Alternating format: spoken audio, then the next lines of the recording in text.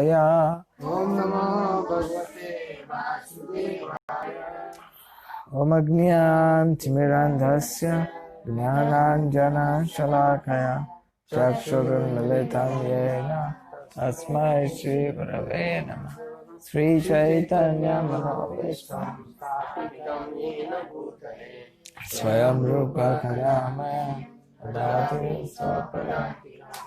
जय श्री कृष्ण चैतन्य प्रभु नित्यानंद श्री अद्वैत गदाधर हरे कृष्णा कृष्णा कृष्णा कृष्णा हरे हरे हरे राम राम राम हरे हरे। हरे कृष्णा। अभी गौर पूर्णिमा का महोत्सव आप सब भक्त लोग कुछ दिनों में मनाने वाले हैं। तो हम सोच रहे थे कि आपके साथ चैतन्य महाप्रभु के कुछ दिव्य लीलाओं के विषय में चर्चा करें, लेकिन फिर हमने सोचा कि परसों से लगातार 5 दिन तक हम चैतन्य महाप्रभु का रोज 2 घंटा कथा करने वाले हैं, लेकिन गांधीनगर में है। तो रोज 2 घंटा कथा करने वाले हैं, जिसमें चैतन्य चरितामृत और चैतन्य भागवत और चैतन्य मंगल, ये तीनों का हम उपयोग करेंगे भगवान की दिव्य लीलाओं का चिंतन करने के लिए। जब चैतन्य महाप्रभु प्रकट होते हैं तो हमारे लिए ये अवसर प्राप्त होता है कि हम अधिक चैतन्य महाप्रभु के मिशन को समझे, अधिक रूप से चैतन्य महाप्रभु के भाव को समझे।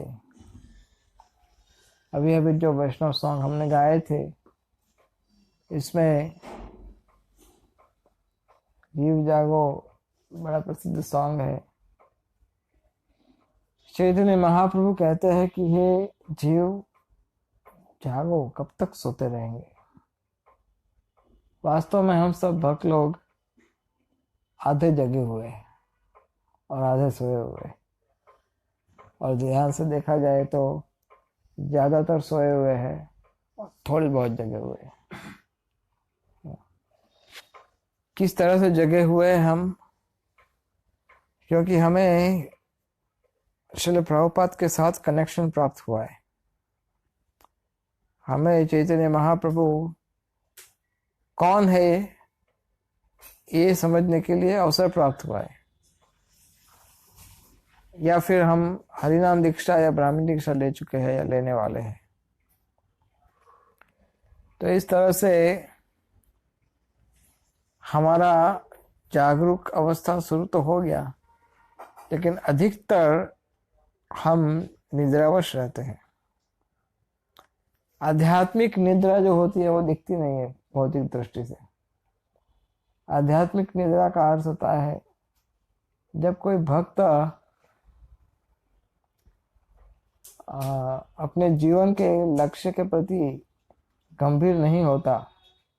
जब भक्त जो होता है वो स्वयं प्रयास नहीं करता कृष्ण भक्ति में आगे बढ़ने के लिए, वह स्वयं उन चीजों को त्याग नहीं करता जो चीज वो जानता है कि मुझे त्यागनी चाहिए। तो वो भक्त आसक्ति में बद्ध होकर के, भौतिक आकर्षणों के सामने विवश होकर के निद्रा अवस्था में चला जाता है। और इसलिए उस भक्त को जगाने के लिए चैतन्य महाप्रभु भरसक प्रयास करते हैं। चैतन्य महाप्रभु ने जो दया भक्तों को दिखाई है, जो हमें दिया है, वो दया कोई व्यक्ति नहीं दे सकता, इम्पॉसिबल है। 2-4 दिन पहले हम आप में शायद सब भक्त लोग थे ही, राधा गोविंद गोस्वामी महाराज मंदिर में भागवत कथा कर रहे थे, तो उन्होंने पूतना के प्रसंग की बात की थी। पूतना को किस तरह से भगवान ने रक्षा किया था, उनका उद्धार किया था। श्रीमद् भागवतम के अनुसार सुखदेव गोस्वामी गर्भ से बाहर आना नहीं चाहते थे, अपनी माता के गर्भ से। कई सालों तक अपनी माता के गर्भ में ही रहे अपनी योग शक्ति से। हालांकि आपको आश्चर्य हो सकता है कि बच्चा अपने 9 महीने के बाद तक खुद ना खुद उसको फेंका जाता है शरीर के बाहर। प्रक्रिया शरीर का इस तरह से बनाया हुआ है कि माता भी कुछ नहीं करती, बच्चा भी कुछ नहीं करता, लेकिन माता के शरीर से बच्चे को धक्के मार के फेंका जाता है बाहर, जिसको हम बोलते जन्म हुआ। तो सुखदेव गोस्वामी अपनी योग शक्ति से गर्भ के भीतर ही रहे। बोले मैं बाहर आऊंगा तो माया स्पर्श करेगी ना, मैं बाहर आऊंगा तो ये भौतिक संसार की चीजों से लगा हुआ होगा, मैं बाहर आऊंगा ही नहीं। वो आत्माराम अवस्था में थे पहले से ही, उनको किसी और चीज की आवश्यकता नहीं थी।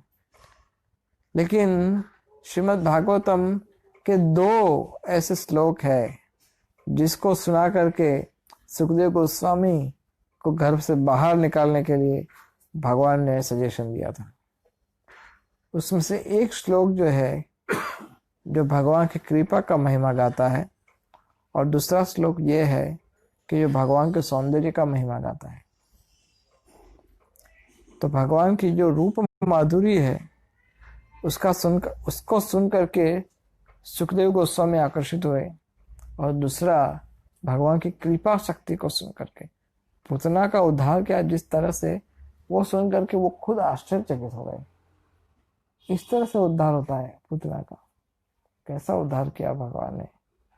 पूतना आई थी जहर खिलाने के लिए, और वो भी प्रतिकूल भाव से। और जहर खिलाते समय, जैसे उस दिन हमने चर्चा किया था, सुन रहे थे हम में से कितने भक्त ऐसे हैं कि जो भगवान को जहर का भोग लगाते हैं। कोई है हम में से कोई कभी आज तक लाइफ में जहर का भोग लगाया हो भगवान को? एक भी भक्त ऐसा नहीं मिलेगा आपको कि जो भगवान को जो भगवान को जहर देगा, है ना। लेकिन ये हमारी अनुकूल भावना है, और प्रतिकूल भावना में पूतना ने भगवान को जहर दिया। लेकिन हम लोग 56 भोग लगाएंगे, फिर भी वो कृपा नहीं मिल सकती जो कृपा पूतना ने प्राप्त की थी। वो इसलिए नहीं मिल सकती क्योंकि पूतना ने भगवान को एक बार दूध पिलाने की इच्छा की थी, और यहाँ पर क्वालिफिकेशन नहीं देखा जाता पूतना का कि पूतना क्वालिफाइड थी या नहीं थी। तो यहाँ क्या देखा जाता है, भगवान किस तरह से कृपा किया वो देखा जाता है। कोई अगर उनको जहर भी देगा तो भी भगवान आप पर उनको कृपा करते हैं। भगवान ने पूतना के दुर्गुण को नहीं देखा कि ये तो देखो देखो ये तो मुझे जहर देकर मारने आई थी। कई बार हम लोग क्या करते हैं, अगर हमें कोई कष्ट देना चाहता है तो हम क्या करते हैं, हमारे कई भक्त लोग क्या करते हैं, सामने नेले पे दला नहीं करेंगे, लेकिन मन में ऐसा सोचेंगे कि भगवान के घर देर है ना, अंधेर नहीं है, भगवान सब देखते हैं, भगवान सब जानते हैं, उचित समय पर उसको अवश्य दंड मिलेगा। या फिर कई बार बड़े लोग कहते हैं अगर मैं गलत हूं तो मुझे कोई प्रॉब्लम नहीं, तो मैं स्वीकार करता हूँ, लेकिन तो अगर मैं गलत नहीं हूं तो फिर उसको दंड मिलना चाहिए। और कई बार क्या सोचते हैं, कई बार हमारे भक्त थोड़ा अभिमानी हो जाते हैं, क्या बोलते हैं, हम तो कभी हमसे गलत नहीं सहा जाता, हम गलत चीज नहीं सहन सकते। आप कुछ भी बोल दो, चाहे आपको लगे मैं अभिमानी हूँ जैसा भी हूँ, लेकिन मैं गलत चीज नहीं सहन सकता। हाँ, ये भी एक प्रकार का अभिमान है। तो लेकिन चैतन्य महाप्रभु वही गुण कृष्ण का लेकर आए। भगवान ये नहीं देखा कि पुतना जहर देने आई थी, भगवान ने क्या देखा, वो मुझे दूध पिलाना आई थी। तो ये भक्तों का क्वालिटी होना चाहिए कि अगर कोई व्यक्ति आपको कष्ट देना चाहता है, अगर आपको द्वेष करता है, उस भक्त की आप आध्यात्मिक सहायता कीजिए। वो भक्त का आप इस प्रकार सहायता करो कि वो अपनी गलत भावनाओं को छोड़ दे और कृष्ण के करीब पहुंच जाए। और वो जो सहायता करते हो, वो सहायता वो भी पब्लिसिटी करने के लिए नहीं करनी चाहिए कि देखो देखो इसने तो मुझसे ऐसा किया था, तो फिर भी मैंने देखो इसकी सहायता की। और ये बात छुपानी चाहिए, ये बतानी नहीं चाहिए कि आपने इनको सहायता की। तो ये उत्तम कोटि का विचार है। अगर कोई व्यक्ति आपको कष्ट देता है फिर भी आप उसको सहायता करना चाहते हो, ये उत्तम कोटि की भावना है। तो चैतन्य कृष्ण इस तरह से पूतना को मुक्ति नहीं दिया, माता का स्थान दिया। बोले तुम्हें यशोदा का सर्वेंट बन जाओ, मेड बन जाओ यशोदा के साथ। यशोदा जिस प्रकार से माता है उस प्रकार से तुम भी हमारी माता, ऐसा करके भगवान ने उनको वरदान दिया। तो ऐसा दयालु कौन होगा? ऐसा सुन करके सुखदेव गोस्वामी आकर्षित हुए। जब हम ये बात को चर्चा कर रहे थे तो हमने सोचा कि चैतन्य महाप्रभु तो इससे अधिक दयालु है। पूतना तो जहर लेकर मारने आई थी, लेकिन चैतन्य महाप्रभु हम सब पर ऐसी कृपा कर रहे हैं कि हम तो भक्ति से या अनुकूल भाव से या प्रतिकूल भाव से, किसी भी भाव से भगवान के पास नहीं जाते, है ना। लोग भौतिक कलयुग के जो लोग हैं सब ईश्वर चेतना से विहीन है। भगवान की जो भक्ति है उसमें उनकी कोई रुचि नहीं है। हालांकि वो लोग तो कहते हैं भगवान मर गया, या कुछ बोलते हैं भगवान है ही नहीं। तो कलयुग की जो दुर्बुद्धि लोग हैं, कितने लोग हैं आप समाज में, कहीं 100 करोड़ है ना पृथ्वी की आबादी, है ना, 500-600 करोड़ ऐसा कुछ आबादी है ना पृथ्वी का। तो ये जितना भी आबादी है पृथ्वी का, हजारों लाखों करोड़ों लोग संसार में है, लेकिन इन सब का दुर्भाग्य ये है कि बहुत बुरी तरह से फंसे पड़े हैं इस संसार में। इतनी बुरी तरह से फंसे पड़े हैं कि उनको भगवान के विषय में सुनने का भी समय नहीं है और सुनना चाहते भी नहीं। आप उनके हित की बात बता रहे हो, आप उनको अच्छी बात बता रहे हो, आप चाहते हो कि आप उनका कुछ हित हो, वो आपकी बात सुनने को तैयार नहीं है। जैसे आप लोग कई बार बुक डिस्ट्रीब्यूशन में जाते हो, आप प्रयास करते हो ना कि आप कृपा करके एक बार देखिए तो सही, भगवद गीता खोल करके देखिए तो सही, फिर भी उनका बिल्कुल रुचि नहीं है ना, वो नहीं चाहते बिल्कुल। आप उनसे रिक्वेस्ट करते हो फिर भी वो आपकी बात को सुनना नहीं चाहते। तो ऐसी अवस्था में कलयुग के जो लोग हैं उन सब पर चैतन्य महाप्रभु ने अपना सबसे बड़ा कृपा, अपना निजी प्रेम उन्होंने दिया। एक इस्कॉन की जो भक्त है या जो दीक्षित भक्त है, उस भक्त के लिए चैतन्य महाप्रभु की मिशन को किस तरह से समझना ये बहुत बड़ा आवश्यक बात है। प्रभुपाद कहते थे कि अपना जो मूवमेंट है वो इट्स अ मिशनरी मूवमेंट। बंद कर दो।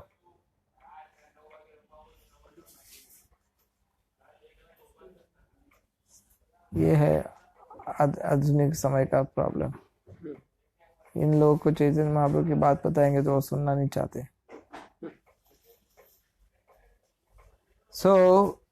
चैतन्य महाप्रभु के मिशन को समझना, ये श्रील प्रभुपाद की भावनाओं को समझना है।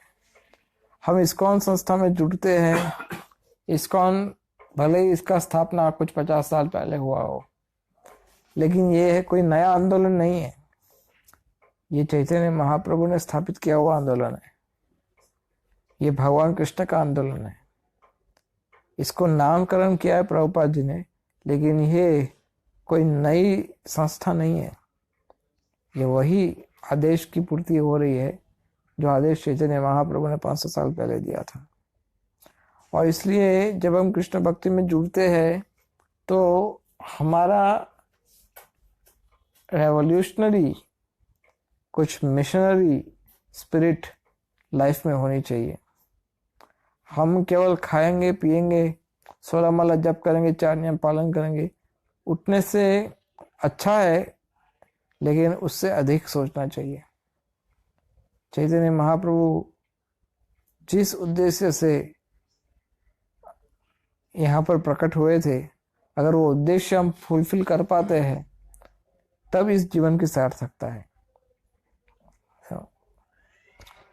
अगर आप, ऐसा भी माना जाता है कि अगर आप चैतन्य महाप्रभु के मिशन में, चैतन्य महाप्रभु का जो लक्ष्य है कि पृथ्वी ते आछे जत नगर अधिग्राम सर्वत्र प्रचार होइबे मोर नाम, पृथ्वी में जितने नगर और गांव हैं वहाँ हर कोने में हरि नाम फैलना चाहिए।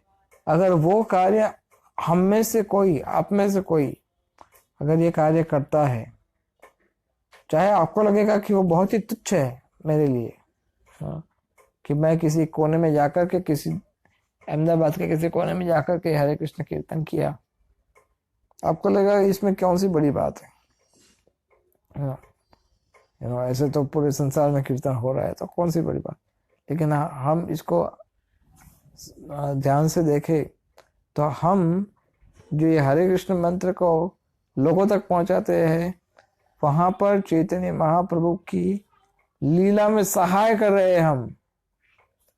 हम स्वयं अपने आप को चैतन्य लीला का पार्षद बना रहे हैं, क्योंकि चैतन्य लीला केवल 500 साल पहले थी, उतना नहीं है। चैतन्य महाप्रभु की जो लीला है वो तब तक चलती रहेगी जब तक श्रील प्रभुपाद के अनुयायी इस संस्था को फैलाते रहेंगे, ये मिशन को फैलाते रहेंगे, तब तक चैतन्य महाप्रभु की लीला चलती रहेगी। इसमें ये नहीं सोचिए कि चैतन्य महाप्रभु तो आए थे 500 साल पहले, कुछ 40-50 साल लीला करके चले गए, अब क्या। नहीं, वो तो अभी भी आपके साथ है। और ये ऐसे ठाकुर है चैतन्य महाप्रभु कि उनको जितना हमारा फिक्र है उतना आज तक किसी अवतार ने इतना फिक्र नहीं दिखाया हम पर। उन्होंने हमारा जितना, हमारे लिए जितना उन्होंने सोचा है उतना आज तक किसी अवतार ने नहीं सोचा भगवान ने।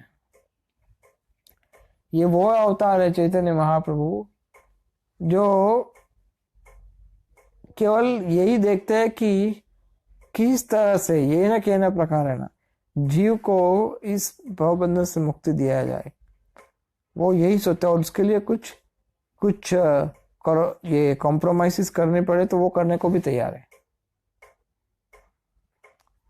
उन्होंने इतनी सारी लीलाएं प्रस्तुत की, और उनका लीला का जो प्रकार है उसका औदार्य लीला कहते हैं, उदारता की लीला।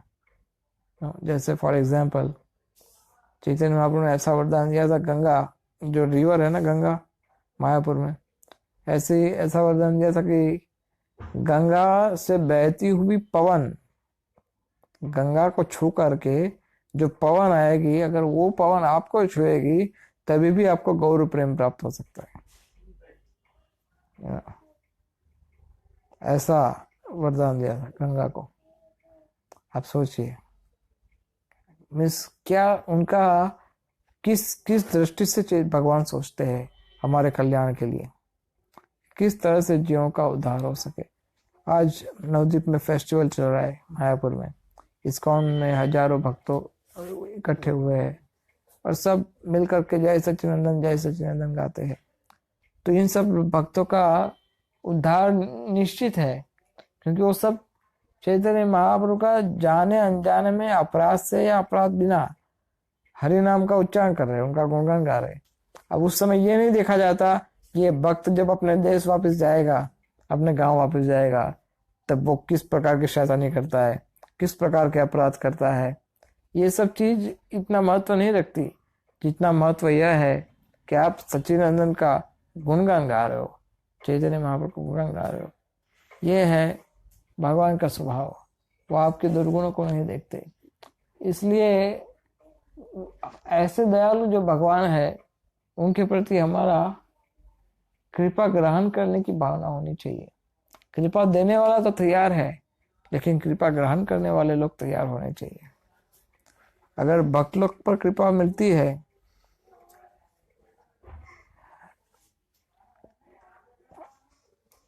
लेकिन भक्त लोग उसको स्वीकार कर सके, इतने क्वालिफाइड होना चाहिए। जिसका क्वालिफिकेशन क्या है? तत्र मूल्यम तत्रम लौल्यम अपि एकलम मूल्यम मूल्यम एकलम। लोभ, कृष्णदास कविराज गोस्वामी कहते हैं, जिनकी कृपा से एक मूर्ख व्यक्ति चैतन्य महाप्रभु के गुणगान गा सकता है, एक मूर्ख व्यक्ति वेदों के रहस्य को बता सकता है, एक मूर्ख व्यक्ति जिनकी कृपा से, जिनकी कृपा से मुखम करोति वाचालम, गूंगा व्यक्ति बोल सकता है, पंगुम लंगड़ा व्यक्ति पर्वतों के पार जा सकता है।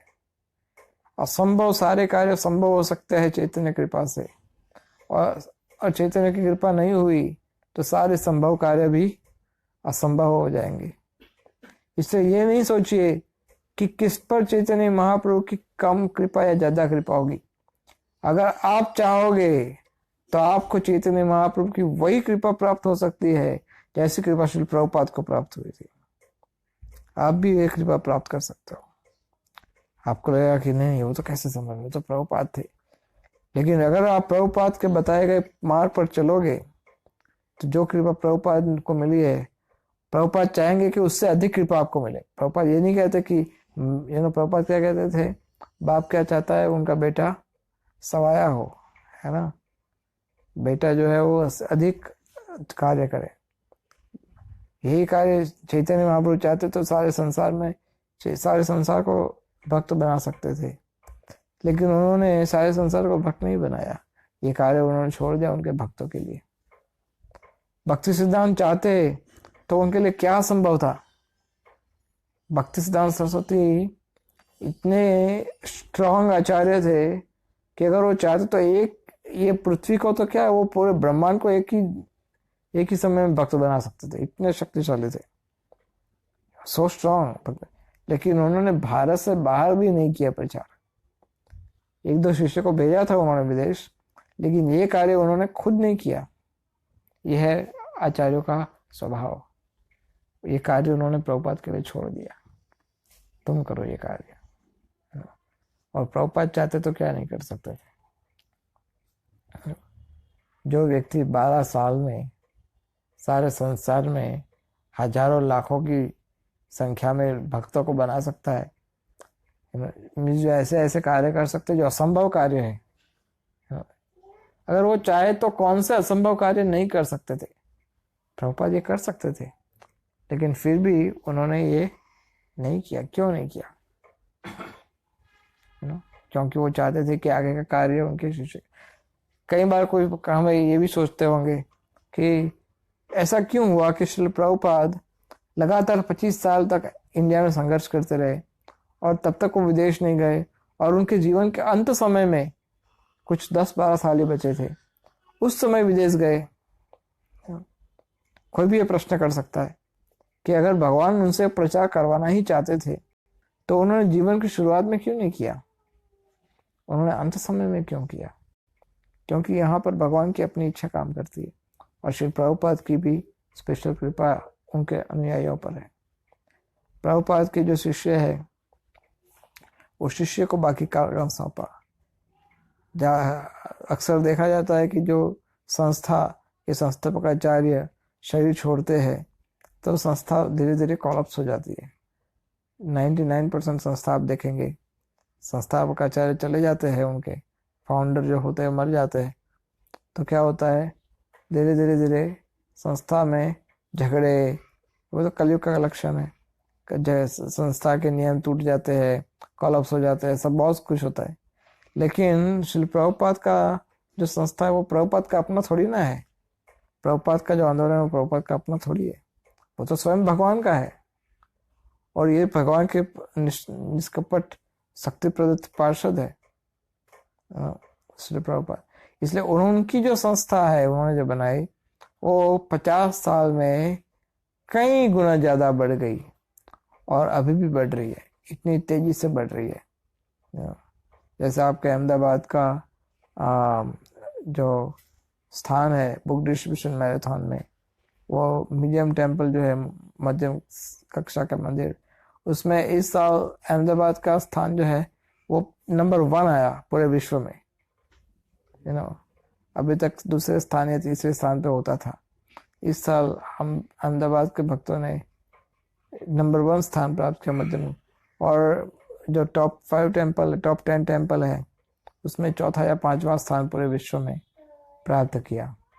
सभी मंदिरों में, इस्कॉन के जितने भी मंदिर है सभी मंदिरों में चौथा या 5वां स्थान अहमदाबाद के। और अहमदाबाद के भक्तों की संख्या कितनी कम है, अगर आप ध्यान से देखोगे तो हैंडफुल डिवोटीज है, कुछ ज़्यादा है नहीं। लेकिन ये भक्त लोग इतना मेहनत करते हैं तो ये प्रचार हो रहा है। लेकिन अगर आपने 1 लाख भगवद गीता डिस्ट्रीब्यूट किया है तो ये 1 लाख भगवद गीता अपना ये नहीं सोचना चाहिए कि ये जो पुस्तक वितरण हुआ उसका प्रभाव नहीं होगा। उसका प्रभाव होगा, लेकिन वो धीरे धीरे अचानक आप देखना धीरे धीरे धीरे भक्तों की संख्या इतनी बढ़ जाएगी। और ये धीरे धीरे बढ़ने वाली चीज है। ऐसा नहीं होता कि एक दिन में जनवरी दिसंबर में 1 लाख गीता हुआ तो जनवरी में आपको 1 लाख नए भक्त मिलेंगे, ऐसा नहीं होता है। वो धीरे धीरे बढ़ता है और वो आपको बता के नहीं बढ़ेगा कि देखो देखो आपने वो डिस्ट्रीब्यूट किया था ना, तो देखो हम भक्त बन गए। वो आपको बता के नहीं बढ़ेगा भक्तों की संख्या। वो आपको देखना है कि भक्तों की संख्या प्रचार कैसे बढ़ रहा है। तो ये मायापुर फेस्टिवल में जाओ, देखो कितने लोग आते हैं, क्राउड कितना होता है। ये कार्तिक फेस्टिवल में जाओ वृंदावन में, देखो क्राउड कितना है। तब आपको पता पड़ेगा कि भक्तों की संख्या कम हो रही है या बढ़ रही है। तो धीरे धीरे धीरे प्रचार और बढ़ रहा है, लेकिन ये प्रचार करने वालों की संख्या भी बढ़नी चाहिए। अभी हमारी जो संख्या बढ़ रही है वो भक्त जुड़ रहे हैं, लेकिन हम चाहते हैं कि हर एक जुड़ा हुआ भक्त और 1000 लोग को जोड़े, ये आवश्यक है। इसलिए किसी न किसी भक्त को तो ये कार्य अपने सिर पर जिम्मेदारी के रूप में लेना चाहिए। और जो भक्त ये जिम्मेदारी लेता है, चैतन्य महाप्रभु को बहुत प्रिय हो जाता है वो भक्त। भगवान चैतन्य चाहते हैं ऐसा कि जीवन समर्पण करो। और प्रचार तभी हो सकता है जब आप में पवित्रता है, आपका हृदय पवित्र है, तभी प्रचार हो सकता है। और जो प्रचार करने वाला भक्त है, जैसे फॉर एग्जाम्पल अगर कोई डॉक्टर है, अगर वो ऑपरेशन थिएटर या हॉस्पिटल में जाता है तो वो क्या करता है, मास्क है, हाथ पाँव सब कुछ कवर करके जाता है। इसका क्या कारण, क्यों करता है ऐसा वो? क्योंकि उसका स्वस्थ रहना बहुत आवश्यक है, तभी वो बीमार लोगों का इलाज कर सकता है। डॉक्टर अगर खुद बीमार हो गया तो मरीजों को क्या सहायता कर पाएगा, है ना? तो डॉक्टर का स्वस्थ रहना बहुत आवश्यक है। और उसके लिए कभी कभी उसको ये सब लगाना पड़ता है, मुंह पे मास्क वगैरह सब लगाना पड़ता है। हालांकि उसको कुछ शौक नहीं है इसे लगा के घूमना, लेकिन ये सब लगाना पड़ता है। क्यों? क्योंकि वो चाहता है कि वो स्वस्थ रहे। इस तरह से प्रचारक भक्त है, उसको साधारण भक्त की तुलना में अधिक गंभीर होना पड़ता है, अपने आप को बचा के रखना पड़ता है माया के आकर्षणों से, अपराधों से। क्योंकि उसकी पवित्रता नष्ट होगी तो सामने हजारों की पवित्रता नष्ट हो जाएगी। इसलिए उसको अपनी पवित्रता बना के रखनी पड़ेगी। और अपनी पवित्रता कैसे बना के रख सकते हो, मुझे चैतन्य महाप्रभु स्वयं बताए। चैतन्य शिक्षाष्टकम पूरा भरा पड़ा है उस पर। क्या क्या आज्ञा चैतन्य महाप्रभु ने दिया, क्या क्या भाव हमें अनुकूल करना चाहिए, वो सब चैतन्य महाप्रभु ने सिखाया। त्रिनादपी का भाव अनुकूल करना चाहिए। चैतन्य महाप्रभु कृपालु भक्त, कृपालु अवतार है, महावदान्य है, तो वही कृपा का भावना हम सबके हृदय में होना चाहिए, है ना। चाहे फिर वो नया भक्त है, पुराना भक्त है, कोई भी भक्त है, हमारे हृदय में एक ही उद्देश्य होना चाहिए कि किस तरह से हम चैतन्य शिक्षा को फैलाए। और प्रभुपाद ने एक बहुत बड़ा सूत्र दिया था इस्कॉन संस्था के लिए कि हाँ, अगर आप चाहते हो इस्कॉन को आगे बढ़ाने के लिए तो सब मिलजुल के रहो। You know, if you want to express your love, आप चाहते हो अपना प्रेम प्रदर्शित करने के लिए, तो सब आपस में मिलजुल के रहो। यू नो, आप एक दूसरे का सहयोग दो। अगर आप ये सहयोग दे पाएंगे तो मैं समझूंगा कि तुम मुझे प्रेम करते हो। यू नो, प्रभुपाद ने ऐसा कहा था, तुम्हारा प्रेम तभी प्रदर्शित होगा। तो ये मिलजुल कर रह करके हमें चैतन्य आंदोलन को आगे बढ़ाने के लिए जीवन को समर्पण करना बहुत आवश्यक है। भाव और क्या भाव प्रस्तुत किए थे आज के हमने सॉन्ग गाया था, उसमें क्या कहा था, दंते तृण धरी दांडाइबो निष्कपटे ना, क्या था आज हमने गाया, धरी न कही डाकिए तो मार, दंते तृण कही गौर डाकिए तो मार। हे चैतन्य महाप्रभु, हे गौरांग महाप्रभु, दांत में तिनका लेकर के मैं तुम्हें रिक्वेस्ट करता हूँ कि आप कृपा करके मेरे हृदय में प्रवेश कीजिए, है ना, कृपा करिए स्वामा हृदय मंदिर। और आगे कहते हैं कि यदि दया ना करी बे पति तो देखिए, अगर आपको ऐसा लगता है कि मैं बहुत पतित हूँ और मुझ पर दया नहीं हो सकती, अगर आपको ऐसा लगता है कि भाई ये तो बहुत पतित है, इस पर दया नहीं करनी चाहिए, तो फिर पतित पावन आपका नाम क्यों पड़ा? फिर तो ये पतित पावन का नाम निकाल देना चाहिए ना। आप कैसे पतित पावन हो गए फिर? मिस जो मेरे जैसे पतित को उद्धार नहीं कर सकते, ऐसा तो हो ही नहीं सकता। त्रिभुवन में मुझसे अधिक पतित कोई है नहीं, ना ही का त्रिभुवन है। यू नो, मोसा पतित है प्रभु, ना ही त्रिभुवन, मुझसे अधिक पतित कोई है ही नहीं। वास्तव में हमें ये सोचना चाहिए ना, ये नहीं सोचना चाहिए कि नहीं प्रभु मैं इस त्रिभुवन में सबसे अधम पतित हूँ, लेकिन वो भक्त जो है, यू नो, उससे तो अच्छा हूँ, उससे तो अच्छा हूँ। नहीं, वो भक्त पता नहीं, तो फिर कौन पतित हुआ, वो या आप? अब पतित तो मैं ही रहूंगा क्योंकि कृपा मुझे चाहिए, पतित तो मैं ही रहूंगा, लेकिन वो भक्त भी यू नो वो मुझसे अधिक अच्छा नहीं है। लेकिन भगवान ने तो बता दिया भाई, तुम में से जो सबसे अधिक पतित होगा उस पर पहले कृपा होगी। अब बताओ क्या करें? तो फिर आपके पास कोई चॉइस ही नहीं रहेगी। हाँ ठीक है, मान लो, चलो वो भी अच्छा है, मैं पतित हूँ, इस तरह से नहीं।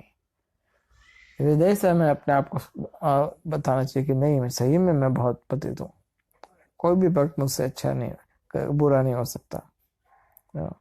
ये हमारी प्रॉब्लम, हम जनरली हमारी 90% सोच ऐसी होती है कि कोई भी भक्त मुझसे अच्छा नहीं हो सकता, आई एम द बेस्ट। लेकिन फिर थोड़ा आगे बढ़ता है भक्त, आंखें खोलता है तो सोचता है नहीं ये गलत है, अभिमान बोलते हैं इसको प्रभु, ये अभिमान अहंकार अपराध हो जाएगा, नहीं नहीं नहीं सॉरी। लेकिन इस प्रकार की भावना आपको आगे बढ़ने में सहायता नहीं करती। आपको हमें ये सिखाया गया है कि आप संसार में सबसे अधिक पतित हो। यू नो, अभी आप में से सारे संसार में जो सबसे अधिक पतित होगा उस पर चैतन्य महाप्रभु की कृपा सबसे पहले होगी। अभी आप सोचिए कि आप पतित है और कोई पतित है। पतित होना और पतित बनना ये दो अलग अलग बात है। इसका अर्थ ये नहीं है कि जो सबसे अधिक पतित है उस पर महाप्रभु पहले कृपा करते हैं, तो मैं अजामिल को, जगह मुदय को, सबको पीछे छोड़ दूंगा।